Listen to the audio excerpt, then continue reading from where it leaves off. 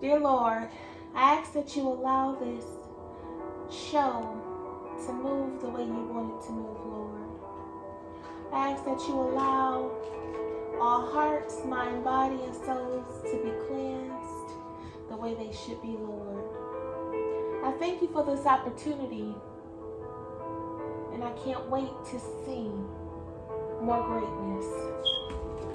Amen. Hello world, my name is China Polite, and I am founder of Soup Records. And today, you're getting a whole new version of me because I'm giving you a whole new version of someone else.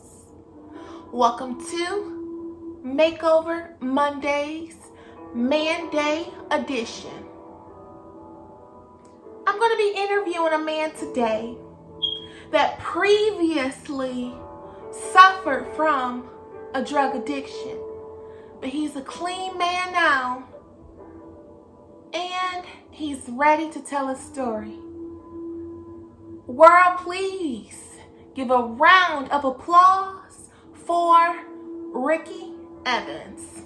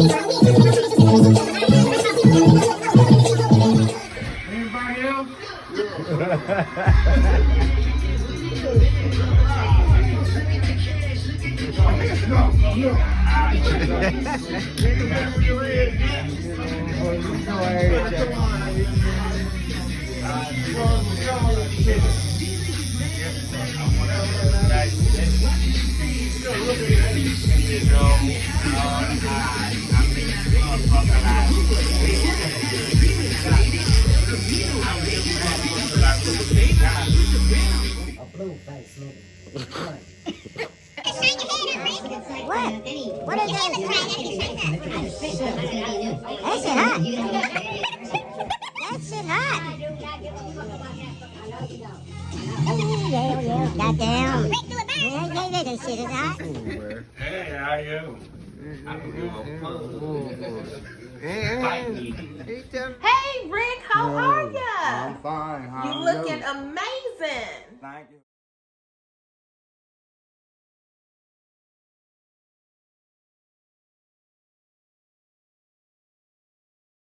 Rick, how do you feel?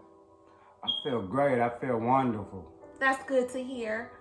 So, how long has it been since you've been cleansed from your drug addiction? I'll say about two and a half years. That's really good. That's really good. And in the middle of your drug addiction, you came to a conclusion that you were so tired of it and you did not want to go through that anymore. Can you tell me the steps you took in order to get over your drug addiction? And I only ask this because a lot of people, they struggle with drug addiction, and when they go cold turkey, they just can't make it. And sometimes people die because of the negative symptoms that their body face from their body being infused with so much drugs that their body is used to it. So if they have withdrawals and the withdrawals are too powerful, then oftentimes people do suffer from death. So what steps did you take to actually get over your drug addiction? Well, first I went to jail. I got locked up. Then they put me in a sober sorority court classes that I tried to go through it, which I didn't complete successfully, but it did show me my way to how I could get it done. Besides just having to go back and forth to jail to get sober. So I guess I really started thinking about my family and my wife that was behind me all the time, that kept me pulled together, and my grandkids. So we I mean, you got to work at it. I mean, it's time. I mean, I was getting older, so I had to wake up. I mean, I wasn't gonna live forever, So I just knew. I had a heart attack back in November 28th, 2018. And after I came out of that, I seen an expression on my boys' face while they watch over me as I was laying there with tools in me. Yeah. And after I came through that, I decided that it's better to be sober and be around good people than to be around the crew that I was hanging out. Because that was my main reason, was the people I was hanging out with that really got me where I really didn't care. All I wanted to do was just hang out with them and drink all the time, and just really I didn't have no purpose after that, But, the Lord watched over me and he kept me. So I said, if he could take this chance and keep me alive here on this earth, then there must be a reason for me, because other people would have been passed away or gave up. But, I'm that strong person. And I remember when you had that heart attack, because I was on the phone with you prior to that, at least 2 hours before, and I get a call and they're saying, Rick had a heart attack, and I was praying and I was crying because I'm like, I just spoke to Rick and I said, Lord, please don't take him now. Don't let that depression lie in his loved one's heart. So you made it, and that's very, very beautiful. I'm happy that you're still here with us, Rick, because you have been an asset to our family. You have helped with my grandmother. You have helped raise my cousins. You have supported my aunt so much. You've been a married man. Show off your ring, Rick. Yeah. A married man, if you like it, put a ring on it, okay? He's been married for 10 years. That's a long time. Very long time. Very long time. And he's not a cheater either. So that's amazing to know. Okay. So, Rick, I ask you these questions because everybody has different routes in life. So when you say you were hanging out with the wrong people, do you think that these people found you, or you found them, or y'all just found out that y'all shared the same interest, so y'all just hung around each other? Yeah, well, we found out that we was out there doing the same thing, so that's why I just hung out with them.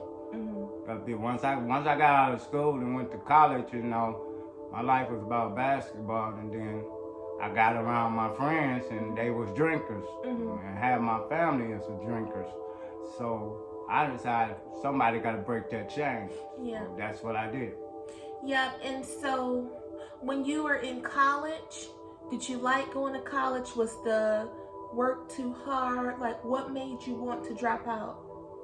No, the college was great, but I had a son that was born, so I had to get out and provide for him. That's why I left college. Well, it's never too late to go back. And I have a gift for you. Do you remember when you were hold on. Bless me. Do you remember when you were speaking about you wanted to open a business? Yes. Well, I have a gift for you. Me and your wife, we opened up a business for you. You said that you want a lawn care service.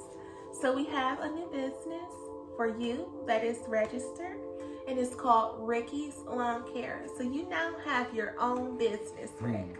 And this is just very amazing for you, because this is going to lead to a path of success, so you no longer have to suffer anymore. And so you can have multiple streams of income, so you can break the curse of financial poverty in your family. So I'm going to teach you how to market your business. I'm going to make sure you get business cards, and I'm going to make sure you make revenue from your business.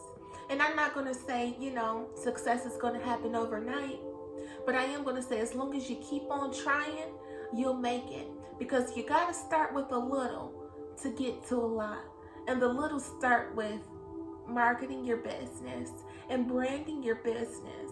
And no matter how many no's you get or how many yeses you get, just keep on elevating, because you can have that $1,000,000 or $1 billion business if you want it, but you just have to keep striving for it. So, Rick, I'm happy you have a brand new vision. Rick, the glasses that you used to see yourself through was only invisible because they did not lead to a life of reality. And if it doesn't happen in reality, it's an invisible fantasy. So I want you to put your hands up, and I want you to break the invisible glasses and throw them in the trash, because they no longer dictate your future. You have a brand new pair of glasses on, and although they help with your vision, they're also going to help you remember that everybody can be recreated and have a new purpose in life. And a lot of times that new purpose in life is your true divine purpose. So you can't sit back and settle because of the old things you used to do. Everybody deserves change when they want to make a change. The choice is yours. I'm so happy that you made the choice, Rick. And you even spoke about how you got jumped and you lost your vision in one eye. And though you lost your vision in one eye, you did not lose your mind. So you will be successful. So can you tell them what actually happened when you lost your vision? Well, I was working for Hamlet, brother. I got my check. Me and my wife went to go cash it. And a couple of guys was walking around the store. And I guess they was watching me as I was cashing my check. But they didn't know I gave my money to my wife so she go pay for our phone bill. So when I came outside, they jumped me, thought I had some money on me. But lucky they ain't get nothing. And I asked God to forgive them. And that's where I left it. Those devils can be so deceptive. You don't know if they're coming from the north, east, south, or west. And a lot of times they try to prey upon people that they consider vulnerable. But this is a man. This is a father. He's an uncle. He's a grandfather. Show some respect to men out here in this world, because you don't know what you're doing to someone's heart, someone's mind, someone's body, and to someone's soul. So before you go out here and cause problems in someone's life, you need to think about your actions and say, am I adding positivity into this person's life, or am I adding negativity into this person's life? And once you make that decision of what you're doing, then you act upon it. Are you going to walk away, or are you going to stay? The choice is up to you. I'm so sorry that happened to you, Rick. God took care of that. And he forgave these people. Do you know the power in forgiveness and mercy? It's a beautiful thing. Well, thank you for forgiving them, because retaliation happens a lot in the world. Some people, they just can't forgive. They don't. They retaliate. But you, my friend, you stood as the bigger person. And that's what matters, Rick. So, overall, with the makeover, how does it make you feel when you look in the mirror and you see yourself as a new man, dressed in a suit, hair cut fresh, brand new shoes, brand new eyeglasses, brand new mindset, brand new business? How does that make you feel? Make me feel good. I give it all to God. That's the glory come from him. That's awesome. And you know, I cry. I cry because a lot of times people, they lose hope. You know, They get discouraged. And we are independent thinkers. But if you are not the person that get discouraged, please encourage somebody else. Because you may just be stopping that person from becoming suicidal. We all have made mistakes in life. But once you help somebody elevate, you become a part of a great and divine plan. Life is all about what you want to do. So I hope that you are inspired. I hope that you love others. I hope that you see beauty in your reflection so you don't be walking around here causing problems and calling people ugly and all these other names. Do you know that if he can recover from a drug addiction, then you can recover from your insecurities. You can recover from all of your addictions. You can live again. You can rise again. You can love again. The choice is yours. The choice is yours. Rick, so when you hang around people now, what type of people do you choose to hang around with? Because the Rick I know, he went to church every Sunday if he could. Now. Well, mainly I hang around my grandkids, my family, like my nephews, stuff like that. I don't hang in the streets no more because there's nothing out there for me. I done lived my time out there. So my best bet is live with my kids, let them be happy and proud for the way their daddy and their granddaddy turned out. And yeah, and I give all that to God, because if it wasn't for him, I don't know where I'll be. Thank you, God, for saving Rick. These streets, you said these streets, there's nothing in these streets.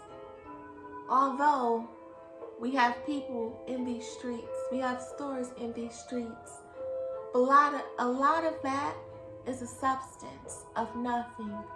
And that's because it's a lot of negativity. You know, it's a lot of people doing wrong out here in these streets, and they don't care about nothing.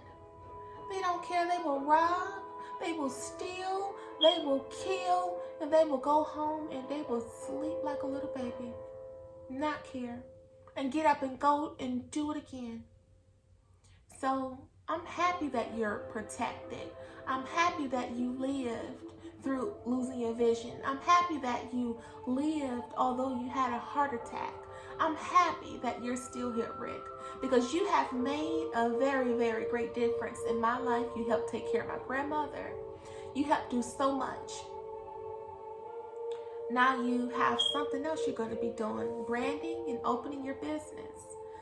So now it's time to get to work, Rick. You got a lot of great things going on in your life, and we just can't sit back and not do nothing. We gotta soar. We have no choice but to. So within this makeover, is there anything that you would like to say to anyone, if you could? Well, the main thing I would tell anyone, that if you want to succeed, it's stuff you have to put down, and it's stuff you got to pick up. But your main focus is on the Lord, God Himself. If you believe in Him and you keep that faith, you can do anything. That's such a beautiful message, Rick. Well, I don't want to keep you waiting. It's a little bit after 9 o'clock, and you have a wife. You have a life, and I gotta go. It's China Polite. Thank you for tuning in to Makeover Mondays, Man Day edition. Stay tuned for the next show on Tuesday. Thug to Leader Tuesdays. I love you all. I want to be that change. I want to see that change. And the only way to make a difference is to build positive organizations in the midst of negativity. We'll talk soon.